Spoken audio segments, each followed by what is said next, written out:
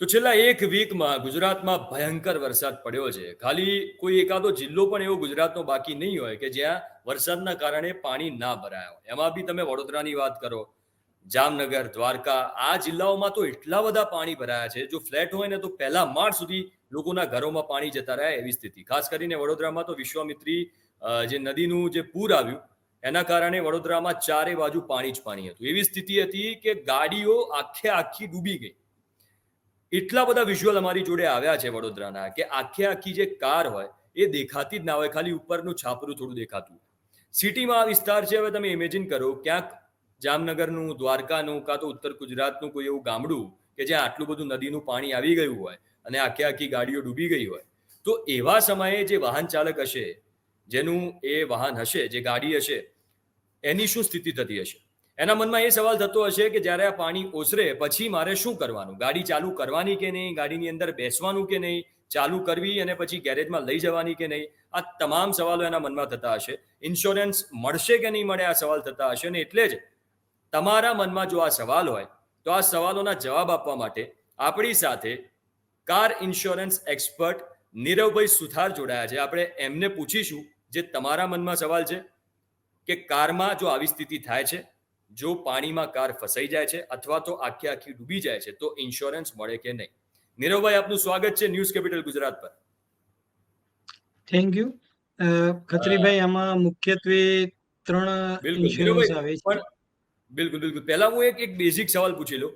એ info તો આપણે લઈશું, જે તમારે આપવી છે. એક બેઝિક સવાલ જે લોકોના મનમાં થતો હશે, ધારો કે આ બરોડામાં ઘટના બની, આખી આખી ગાડી ડૂબી ગઈ. હવે જ્યારે પાણી ઓસર્યા હશે ત્યારે ગાડીના માલિકના મનમાં સવાલ થતો હશે કે આ ગાડીમાં બેસું કે નહીં, ગાડીને ચાલુ કરું કે નહીં, અને જો એવું કંઈ કરીશ તો મને ઇન્સ્યોરન્સ મળશે કે નહીં. તો પહેલા તો એ જ જણાવી દો એકદમ સિમ્પલ લેંગ્વેજમાં કે જો આવી રીતે ગાડી આખી આખી ડૂબી જાય છે અને પછી પાણી ઓસરે છે તો શું કરવાનું ને શું નહીં કરવાનું? પહેલા તો એ કે ગાડીમાં બેસીને બિલકુલ ચાવી આપીને એન્જિન ચાલુ કરવાની કોશિશ નહીં કરવાની, નહીં તો વીમો મળશે નહીં. ખાસ કરીને એન્જિન પ્રોટેક્ટ લીધેલું નહીં હોય તો વીમો મળવાની કોઈ શક્યતા નથી. એના કરતા આવી ઘટના બને ત્યારે જે તમારા એજન્ટ હોય અથવા તો શોરૂમ હોય એનો સંપર્ક કરવો. પછી એ લોકો આવીને તમારી ગાડી ક્રેન દ્વારા લઈ જશે અને જે એ લોકોની પ્રોસેસ હશે એ કરી અને પછી તમારી ગાડી ચાલુ કરશે. જાતે જ ગાડી ચાલુ કરવાનો કોઈ પ્રયત્ન કરવો નહીં તો પછી એક પણ રૂપિયો મળવા પાત્ર નથી. અચ્છા, એટલે ગાડી જો આખી આખી ડૂબી જાય છે અને પછી પાણી ઓસરે છે તો ગાડીને ચાલુ નહીં કરવાની. આ પહેલો નિયમ, ચાલુ નહીં કરવાની. સીધો ફોન કરવાનો ગેરેજમાં. હા, ગેરેજમાં તો તમારો શોરૂમ જ્યાંથી લીધું છે બાકી નહીં મળે. અચ્છા, આપણે ઇન્સ્યોરન્સના કેટલા ટાઈપ છે નીરવભાઈ એ તો જાણીશું, પણ બીજો મારો ક્વેશ્ચન એ છે, હવે વડોદરામાં તો એવી સ્થિતિ થઈ કે આખી આખી ગાડી ડૂબી ગઈ. અમદાવાદમાં અને એવી જગ્યા ઉપર પાણી ભરાયા, પણ એટલા બધા પાણી ના ભરાય કે ગાડી ડૂબી જાય. હા, અમુક જગ્યાએ હતા, પણ મોટાભાગે કેવી સ્થિતિ જાય કે રસ્તા પરથી આપણે નીકળીએ ગાડી લઈને અને જો ઢીંચણ કે કમર સુધીના પાણી હોય તો ઘણીવાર ગાડી બંધ પડી જાય છે. તો એવી સિચ્યુએશનમાં શું કરવાનું? ગાડી બંધ પડી જાય તો જો એ ચાલુ ના થાય અથવા કંઈ નુકસાન થાય તો એમાં ઇન્સ્યોરન્સ મળે, અથવા તો એવી સિચ્યુએશનમાં શું કરવાનું એ તમને જાણો હોય તો મને કહો. ખત્રીભાઈ, એમાં એવું છે કે દરેક ગાડીનો એક જોડે એક સર્વિસ મેન્યુઅલ આવતું હોય છે. એમાં જનરલી કોઈ વાંચતું નથી હોતું, પરંતુ દરેક ગાડી કેટલા સુધી ડૂબે અને એનું એન્જિન ચાલુ રહી શકે એવું અંદર બધું એના નોર્મ્સ બધા લખેલા હોય છે. એમાં 400 mm, 450 mm એવું હોય છે. અને ઢીંચણથી થોડુંક નીચે પાણી હોય તો નોર્મલી પ્લગ એના જે આવતા હોય એ થોડા પલળતા હોય એટલે એન્જિન સ્ટાર્ટ થતું ના હોય, બહુ એન્જિનની અંદર પાણી જતું નથી. એટલે એવી પરિસ્થિતિમાં તો કઈ ખાસ પ્રોબ્લેમ થતો નથી. તમે પ્લગ બદલાવી દો લોકલ કોઈ ગેરેજ વાળા જોડે કે આવું તેવું, તો એ નોર્મલી ચાલુ થઈ જતી હોય છે. એમાં ઇન્સ્યોરન્સ લેવા સુધીનું કોઈ એટલી બધી જરૂરિયાત પેદા નથી થતી. પણ પૂરેપૂરી ગાડી ડૂબી જાય અને એન્જિનની અંદર પાણી ઘૂસી જાય તો એવા સમયે એન્જિન પ્રોટેક્ટ જે આવરણ કહેવાય જે વીમામાં, એ લીધેલું હોવું જરૂરી છે. એના સિવાય એન્જિન ડેમેજ થાય તો તમને મળે નહીં. બિલકુલ. નીરવભાઈ, હવે જો મારી જોડે ગાડી નથી, પણ હું વિચારું છું કે હું ગાડી લઉં, 4 વ્હીલર લઉં. હવે 4 વ્હીલર લઉં એટલે સ્વાભાવિક રીતે ઇન્સ્યોરન્સ હું લેવાનો જ, કારણ કે જો કંઈ થાય તો એના મને રૂપિયા તો મળવા જોઈએ. તો ઇન્સ્યોરન્સ લેતા સમય અથવા લેતા પહેલા કઈ કઈ વાતોનું ધ્યાન રાખવાનું, કઈ રિસર્ચ કરવાનું?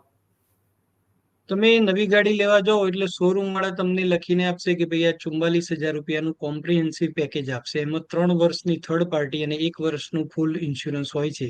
1 વર્ષના જે ફૂલ ઇન્સ્યોરન્સની અંદર 3 ક્લોઝ હોય. એન્જિન પ્રોટેક્ટ હોય, કન્ઝ્યુમેબલ કવર હોય, ઝીરો ડેપ્રિસિએશન હોય, કી રિપ્લેસ હોય, લગેજ હોય. આ બધા લગભગ 10 થી 12 ક્લોઝ આવતા હોય છે. એની અંદર ઝીરો ડેફ, એન્જિન પ્રોટેક્ટ ને કન્ઝ્યુમેબલ આ 3 વસ્તુ લઈ લો તમે એટલે લગભગ બધું આવી જતું હોય છે. એમાં તમારો 1 લાખ રૂપિયાનો ક્લેમ આવે તો એમાં 1,000 કે 1,500 રૂપિયા ક્લેમ ચાર્જ ચૂકવ્યા સિવાય બાકીની રકમ વીમા કંપની આપતી હોય છે. એટલે અત્યારે નવી ગાડી લો તો તમને ગવર્મેન્ટના નિયમ મુજબ કોમ્પ્રિહેન્સિવ પોલિસી તમને મળતી હોય છે. પછી 1 વર્ષ પૂર્ણ થાય એટલે ઓડિટ તમારે રિન્યુ કરાવવાનું હોય છે. એ નોર્મલ મતલબ કે એનું પેમેન્ટ હોય છે. બાકી થર્ડ પાર્ટી તો તમારે ઓડી એટલે ચાલુ. ઓડી એટલે ફૂલ ઇન્સ્યોરન્સ. જે તમે ઓકે. નવી ગાડી લો એટલે 1 વર્ષનું ફૂલ આપે અને 3 વર્ષનું થર્ડ પાર્ટી, એટલે એને ભેગું કરીએ એટલે કોમ્પ્રિહેન્સિવ કહેવાય. એટલે 1 વર્ષ થાય એટલે ફૂલ વીમો પતી જાય એટલે તમારે ફૂલ વીમાનું એકલું પ્રીમિયમ ભરવું પડે. બાકી થર્ડ પાર્ટી તો તમારી ચાલુ જ હોય. અચ્છા એ અચ્છા છે. નીરવભાઈ, તમે શરૂઆતમાં આપણે વાત થઈ કે ગાડી આખી આખી ડૂબી જાય તો એ વખતે એન્જિન પ્રોટેક્શન કવર લેવું જરૂરી હોય છે તો જ તમને ઇન્સ્યોરન્સ મળે, એવું તમે કહ્યું. તો આવી કઈ કઈ વાતો છે જો આપણે મતલબ ઇન્સ્યોરન્સ લેતી વખતે ધ્યાન ના રાખીએ અને સીધું કોઈ આપણને કોઈ એજન્ટ અથવા કોઈ પણ વ્યક્તિ આપવા માંગે છે તો રિસર્ચ કર્યા વગર અથવા ધ્યાન રાખ્યા વગર લઈ લઈએ તો નુકસાન થઈ શકે? કઈ કઈ વાતોનું ધ્યાન રાખવાનું? એક તો જેમ તમે કહ્યું કે આ engine protection cover. Engine protection, પછી ઝીરો ડેફ અને કન્ઝ્યુમેબલ કવર, ઓકે. આ 3 વસ્તુ તો અચ્છા, આ ખાસ 3 લેવી વસ્તુ. જોઈએ. એ સિવાય કી રિપ્લેસ લો તો સારું, કારણ કે અત્યારે જે બધી ગાડીઓ આવે છે ને એની કી તમારે ખોવાઈ જાય કે કોઈ રીતે બગડી જાય હા. તો 15,000 થી 20,000 રૂપિયાની કી હોય છે, બરોબર? તો એ કી રિપ્લેસ કવર તમે લીધેલું હોય તો એ તમને પૂરેપૂરું મતલબ કે કીના પૈસા મળવા પાત્ર છે. એનાથી પછી થોડું આગળ વધારે જઈએ તો રિટર્ન ઇનવોઇસ કરીને એક ક્લોઝ આવે છે. એ તમે જો સિલેક્ટ કરેલો હોય તો તમારી ગાડી દાખલા તરીકે સીએનજી હોય, સમજી લો કે હમ. રસ્તાની અંદર તમારી સળગી ગઈ, 9 લાખની હમ. કિંમત હોય તો તમને 9 લાખ જેટલી પૂરેપૂરી રકમ ટેક્સ સાથે મળવા પાત્ર છે. એટલા માટે ઘણા લોકો રિટર્ન ઇનવોઇસ પણ લેવાનું પસંદ કરતા હોય છે. આવા 12 થી 13 ક્લોઝ હોય છે, પણ આ ઝીરો ડેફ, એન્જિન પ્રોટેક્ટ, કી રિપ્લેસ અને રિટર્ન ઇનવોઇસ લઈ લો તો મારા મત મુજબ કાફી તમને મતલબ કે કોઈ નુકસાન ખાસ થવાની સંભાવના નથી. અચ્છા. હવે નીરવભાઈ, આમ તો ઘણા બધા સવાલ છે પણ ચોમાસું છે એટલે પર્ટિક્યુલર પહેલા એની જ વાત કરી લઉં કારણ કે આ બહુ લોકોને આ વિડીયો કામમાં આવશે. અ, ચોમાસું છે બરાબર. જેમ તમે કહ્યું કે ગાડી આખી ભરાઈ જાય છે તો ઇન્સ્યોરન્સની રકમ તમને પાણીમાં આખી જતી રહે અને ઓસરેન ચાલુ ના થાય તો ઇન્સ્યોરન્સની રકમ મળે જો તમે ધ્યાન રાખો તો. પણ જો કોઈ કંપની ના પાડે છે કે ભાઈ અમારે તો આવું નથી, તો એવી સિચ્યુએશનમાં શું કરવાનું? એવું સિચ્યુએશનમાં જો ક્લેમ રિજેક્ટ થાય તો પછી તમે ગ્રાહક સુરક્ષા ફોર્મ છે કે આ છે તે છે કોર્ટમાં એ રીતે જઈ શકો, પણ તમારે પછી એ બધું સાબિત કરવું પડે અને એ પ્રોસિજર બહુ લોબી થઈ જતી હોય છે. જે આ જો તમે એન્જિન પ્રોટેક્ટનું ક્લોઝ લીધેલું હોય તો ખાસ કરીને જે પૂરની પરિસ્થિતિની અંદર તમને પૈસા મળવા પાત્ર છે. બાકી તો એ વસ્તુ લીધેલી ના હોય તો પછી એ કેવું છે કે ભાઈ તમે તમારી રીતે પછી સાબિત કરવું પડે. ગ્રાહક સુરક્ષા ફોર્મ, કોર્ટ છે, લોકલ અદાલત છે, હાઈકોર્ટ છે, સુપ્રીમ કોર્ટ છે, ત્યાં સુધી જઈને તમને પોતાને સાચા સાબિત કરવા પડે એમ. એ લડવાનો વિષય આવી ગયો. બાકી આ વસ્તુ તમે લીધેલી હોય તો એક નોર્મલી તમને ક્લેમ મળી જાય છે અને તમે કોઈ પરેશાન થતા નથી. અચ્છા. હવે આજે બહુ બધી વાર એવા વર્ડ સાંભળવા મળે, ટોટલ લોસમાં ગાડી ગઈ, ટોટલ લોસમાં ગાડી ગઈ. આનો મતલબ શું હોય? કારણ કે જો મને પર્સનલી મારી જોડે કાર નથી. મારા બહુ હા, બધા એટલે એવું મિત્રો એમાં જોડે છે. હા જી. હા, એમાં એવું છે કે આપણે ગાડી લઈને જતા હોઈએ અને સમજી લો કે સામે એક્સિડન્ટ થાય છે ને આપણી ગાડીને 10 લાખની ગાડી હોય ને 1-2 લાખનું નુકસાન થાય તો વીમા જી. કંપની શોરૂમમાં તમે મૂકો એટલે પછી ત્યાંથી ક્લેમ નોંધવામાં આવે તો વીમા કંપનીનો સર્વેયર આવતો હોય છે. એ સર્વેયર આવ્યા પછી સર્વે કરે અને પછી જુએ કે ભાઈ આની અંદર 1 લાખનું નુકસાન છે તો એ સેન્શન હમ. કરે અને તમને ગાડી શોરૂમમાં રિપેર થઈને મળી જાય છે, બરોબર, તમારે વીમો લીધેલો હોય તો. પણ ટોટલ લોસ એટલે પૂરેપૂરી ગાડી મતલબ કે ચાલવાની કન્ડિશનમાં જ ના હોય અને સર્વે આવીને હમ. જુએ કે ભાઈ આ તો બિલકુલ લોસ થઈ ગઈ છે, એને ટોટલ લોસ કહેવાય. એમાં તમારી 9 લાખની ગાડી હોય તો જેટલા વર્ષ થયા હોય તો એના જે ઘસારો હોય એ કપાઈ અને જે રકમ છે એ તમને મળવા પાત્ર છે. 1 વર્ષના 5% લેખે, 2 વર્ષના 10% લેખે, એ રીતે. પણ તમે જો રિટર્ન ઇનવોઇસ, મેં અગાઉ પણ કીધું એ પ્રમાણે, રિટર્ન ઇનવોઇસ જો લીધેલું હોય તો તમને પૂરી રકમ મળવા પાત્ર છે. 8 લાખની ગાડી હોય તો 8 લાખની આજુબાજુની રકમ તમને મળી જાય છે. એટલા માટે રિટર્ન ઇનવોઇસ ટોટલ લોસમાં ખાસ કામ લાગે છે.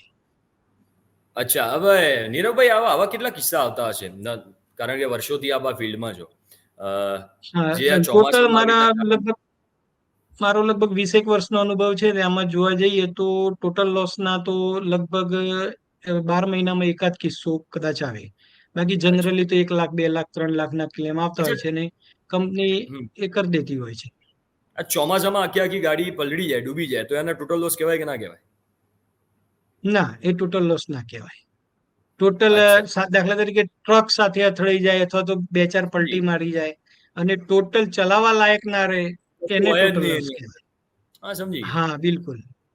હા, અને આજે એકદમ રોટલો વળી જાય ને એ રીતે. અચ્છા. હા. અને આજે એક્ટ ઓફ ગોડ વાળું કઈ ક્લોઝ એવું કઈ હોય છે, જે આપણે પેલા ઓ માય ગોડ પિક્ચરમાં પણ જોયું હતું હા, કે એટલે ઘણી વાર એ એક્ટ એ ઓફ એ ગોડ ઓએમજી પિક્ચર મેં જોયેલું છે. મેં એક્ટ ઓફ ગોડ મેં જેમ પરેશ રાવલ છેક શું કહેવાય, કોર્ટ સુધી પહોંચીને એ કરે છે, એટલે એન્જિન હા. પ્રોટેક્ટ લીધેલું ના હોય અને જો પૂરની પરિસ્થિતિ સર્જાય તો એ એક ટાઈપનો એક્ટ ઓફ ગોડ કહેવાય. એટલા માટે તો આપણે ગ્રાહક સુરક્ષા ફોર્મ છે, પછી જે જિલ્લા અદાલત છે, હાઈકોર્ટ છે, સુપ્રીમ કોર્ટ છે, આઈઆરડીએ છે. આઈઆરડીએમાં પણ તમે વીમા કંપની ઉપર સીધું જે કેન્દ્ર સરકારનું જે લાગે એ આઈઆરડીએ લાગે, તો આઈઆરડીએમાં તમે અચ્છા. એક કમ્પ્લેન કરી શકો છો એમ. પણ એક સામૂહિક આ બધું આઈઆરડીએમાં. પૂરનું થયું હોય તો હું એવું માનું છું કે કદાચ હા. એન્જિન પ્રોટેક્ટ લીધેલું ના હોય અને તમે જો લડો તો તમને કદાચ ન્યાય મળી શકે. સામૂહિક દાખલા તરીકે તાપીમાંથી પાણી છોડ્યું હોય અને ઓકે. રોડ સાઈડ જે આની આજુબાજુની નદીની આજુબાજુની જે રહેણાંક હોય ત્યાં પાણી ઘૂસી ગયા હોય તો તમને કંઈક મળે, પણ એ બધી લડવાની વાત છે આગળ. અને પણ અચ્છા. જો એન્જિન પ્રોટેક્ટ એટલે લીધેલું આવા હોય તો કિસ્સામાં તમે સીધો ક્લેમ મળી જાય. આવા કિસ્સામાં કેસ કંપની ઉપર જ કરવો પડે, મતલબ ફરિયાદ કંપની ની કરવી પડે, જે તે કંપનીનો તમે ઇન્સ્યોરન્સ લીધો છે. હા, એ કંપની ઉપર જ કરવો પડે. તમે કેસ કરો અચ્છા. એટલે કંપનીનો વકીલ પણ હાજર થાય. પછી બંને બાજુના જે પુરાવા કે જે કોઈ હોય સાંભળવાના હોય. સાંભળ્યા પછી જે તે ઓકે. સત્તાધીશ હોય એ વિશે નિર્ણય કરે. ઓકે. તો હવે આપણે ચોમાસું તો છે જ. હવે ઓલ ઓવર એક ફાઇનલ મારો મેઇન સવાલ એ છે. મેં ગાડી લીધી, મારે ઇન્સ્યોરન્સ લેવો છે. ઇન્સ્યોરન્સ લેતા પહેલા મારે કઈ કઈ વસ્તુનું ધ્યાન રાખવાનું? નીરવભાઈ મારા સલાહકાર છે. નીરવભાઈ મને કહે છે કે મારી ગાડી છે, ગાડી મેં લીધી એની પહેલા મારે કઈ કઈ મેઇન વસ્તુ જોઈ લેવાની નોર્મલ દિવસ. ચાહે ગાડી મોંઘી છે, ચાહે સસ્તી છે, આટલું તો જોઈ જ લેવાનું. આમાં કેવું છે કે ઇન્સ્યોરન્સ તમે લો ને એટલે ગવર્મેન્ટના નિયમ મુજબ એક તમને શોરૂમ વાળો પણ આપે અને પ્રાઇવેટ એજન્ટ પણ આપે. Showroom okay. વાળો તમને જે કંપનીનો ઇન્સ્યોરન્સ 44,000માં આપતો હશે તો પ્રાઇવેટ એજન્ટ એ જ 35,000 રૂપિયામાં આપશે. એટલે 10,000 રૂપિયાનો ફરક પડે છે. પણ ગ્રાહકોમાં જે આપણે કાર માલિકો હોય એમના જોડેથી જાગૃતિ નથી હતી, એટલે શોરૂમ વાળા ફરજિયાત કે ભાઈ અમારે ત્યાંથી ગાડી લે એટલે વીમો અહીંથી જ લેવો પડશે એમ કરીને વરગાડી એમાં દેતા કોઈ હોય છે. ફરક હોય કે ના પણ હોય? એક સેમ કંપની સેમ. મેં હમણાં જ પોતે એક ગાડી લીધી કિયા સોનેટ. તો મેં ઓકે. કંપનીમાં 44,000નો મારો પોતાનો પૂછ્યું તો કે 44,000 રૂપિયા થશે જીરો ડેપ સાથે. એ જ વીમો એ જ કંપની મેં 30,000 રૂપિયામાં લીધું તો મને 14,000નો ફાયદો રહ્યો. એટલે પહેલી વાત એ કે શોરૂમ વાળો જો કહેતો હોય તો એના જોડેથી વીમો લેવો જરૂરી નથી. આ નિયમ છે આઈઆરડીએ નો. એટલે એક પહેલું તો એ ફાયદો થાય છે. પછી 20 22 કંપનીઓ હોય છે. એની અંદર તમારે હમ. કે 4 5 સરકારી છે, બાકી બધી પ્રાઇવેટ છે. એમાં તમારે જોવાનું, એમાં 0 થી લઈ 85% સુધીનું ડિસ્કાઉન્ટ હોય છે. કયામાં હમ. કેટલું ડિસ્કાઉન્ટ ચાલે છે દરરોજ 24 કલાકમાં બદલાઈ જતા હોય છે. એટલે એ મુજબ કંપની એક સિલેક્ટ કરવાની. પછી જીરો ડેફ લેવાનું, એન્જિન પ્રોટેક્ટ લેવાનું, કન્ઝ્યુમેબલ કવર લેવાનું, રિટર્ન ઇનવોઇસ લેવાનું અને કી રિપ્લેસ. આટલી વસ્તુ તમે લો એટલે લગભગ બધું આવી જાય છે. એટલે તમારો કોઈ 2 લાખનો ક્લેમ આવે તો તમારે 1,000 કે 1,500 રૂપિયા ક્લેમ ચાર્જ ચૂકવ્યા સિવાય બાકીની બધી રકમ તમને મળવા પાત્ર છે. બિલકુલ, નીરવભાઈ. ખૂબ જ ઇમ્પોર્ટન્ટ તમે ઇન્ફોર્મેશન આપી છે અને આ બહુ જરૂરી ઇન્ફોર્મેશન છે. તો જેટલા પણ લોકો કાર લેવાનું વિચારી રહ્યા છે, અથવા તો જેટલા પણ લોકોની કાર આવી રીતે બરોડા હોય, જામનગર હોય, દ્વારકા હોય, ઇવન અમદાવાદના અમુક વિસ્તારો હોય, સાણંદના વિસ્તાર, ગામડાના વિસ્તાર, કાર ડૂબી ગઈ છે, તો સૌથી પહેલા જે નીરવભાઈએ કહ્યું ચાલુ એને નહીં કરવાની. બીજું, ઇન્સ્યોરન્સ તમે લો છો તો એન્જિન પ્રોટેક્શન કવર લેવાનું, એ સિવાયની જે 5-6 વસ્તુ એમણે કહી એનું ધ્યાન રાખવાનું, એ ફરજિયાત છે, લેવી પડશે. કી પ્રોટેક્શન પણ એમની વાત કરી, કારણ કે અત્યારે ચાવી જે આવે છે તૂટી જાય છે. ચાવી એક નાનકડા મોબાઈલના કિંમતની છે, 20-22 હજારની ચાવી થઈ જાય છે. એટલે એનું એક ધ્યાન રાખવાનું. બીજું, એમણે કહ્યું કે શોરૂમ વાળા બી તમને ઇન્સ્યોરન્સ આપશે અને એજન્ટ બી આપશે. એજન્ટ જો સારો હોય અને સસ્તામાં એ તમને પડતું હોય, સેમ તમને એમાં ફાયદા થતા હોય, તો ત્યાં પ્રિફર કરવાનું. આ એમણે વિગતો આપી છે. એટલે જેટલા પણ લોકો ગાડી લેવાનું વિચારી રહ્યા છે, અથવા તો એમની ગાડી આવી રીતે ક્યાંક પાણીમાં ફસાઈ ગઈ છે, બંધ પડી ગઈ છે, અથવા તો ટોટલ લોસમાં છે, અથવા તો જે પણ લોકો નવી ગાડી લેવાનું, મોંઘી સસ્તી કોઈ પણ ગાડી લેવાનું વિચારી રહ્યા છે, એમના માટે આ ઇન્ફોર્મેશન બહુ કામની છે. એટલે આ વિડીયો તમે એમની જોડે શેર કરજો, અને જો તમને આ વિડીયો ગમતો હોય તો લાઈક પણ કરજો.